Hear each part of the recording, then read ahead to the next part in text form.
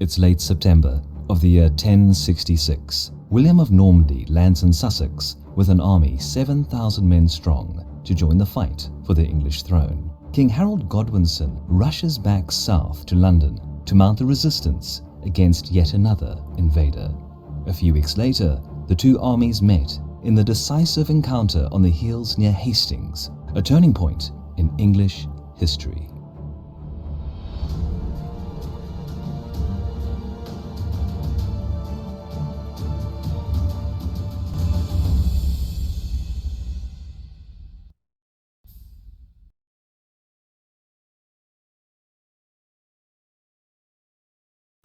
A promise has been made and broken. An evil omen is in the sky. A crown is at stake, and history is about to be made. It is April 1066, and Harold Godwinson, King of England, faces a deadly challenge from Duke William of Normandy. William believes that Harold has broken his solemn oath by claiming the English crown, and the battle must be settled by force, in a battle the likes of which has never been seen. Today we're going to be looking at 1066, Tears to Many Mothers by Tristan Hall from Hall or Nothing Productions. I love Tristan Hall. In fact, I have this game coming with all three of them actually from the last Kickstarter, but I was so desperate to get my hands on a copy of any of his games that I was able to pick this up for a good price used. Along with the mat. And so we're going to take a look at what's in the box very, very quickly because it did come to me used and opened.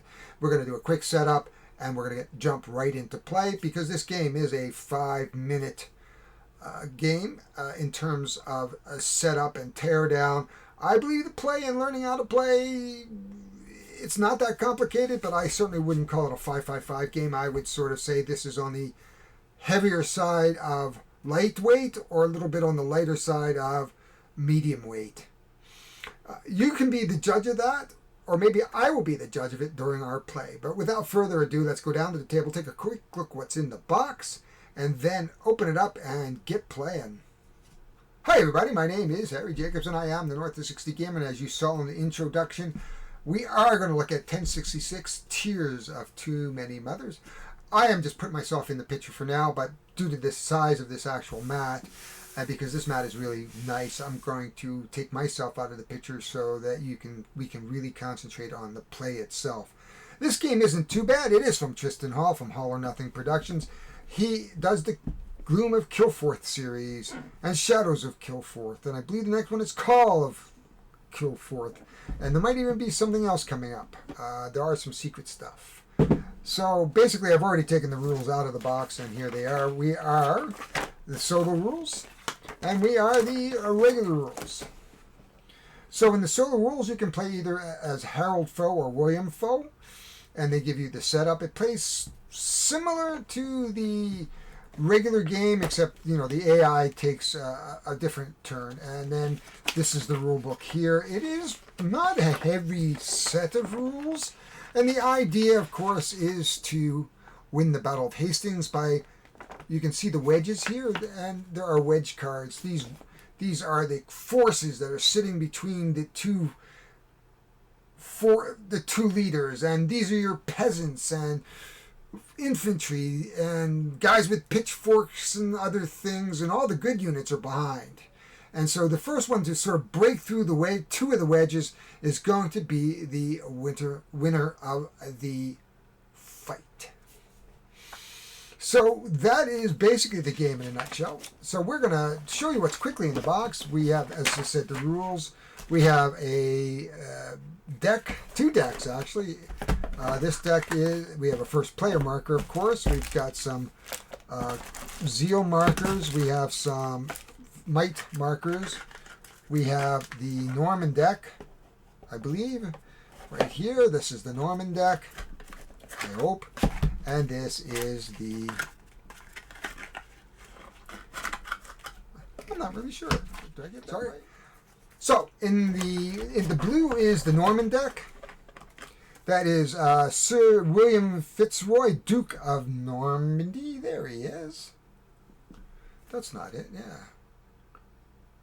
And there is the Saxon, Harold Godwinson, King of England.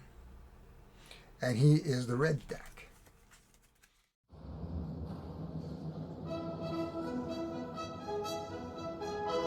All hail Harold, the new King of England!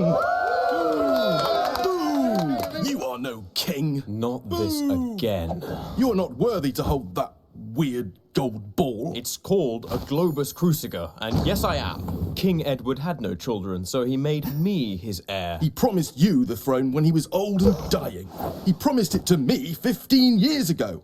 And when you were in Normandy, you swore an oath on holy relics that you'd let me have the throne. You're making that up. You're an oath breaker. How dare you? I'm English royalty. You're nothing but a lying Norman. King Edward was half Norman, you fool. And unlike you, I'm actually related to him. I'm related. Barely. Your father arranged for your sister to marry Edward. Which is why he made me his heir. The throne is mine by law. Besides, I've already been crowned. See? Well, I know a guy who says the archbishop who crowned you was excommunicated. Oh, right. What idiot said that? The Pope. I'll die before I let a thieving Norman take the throne. Just try and stop me. God is on my side. Edwin, sharpen the battle axes. Roger! Prepare the ships!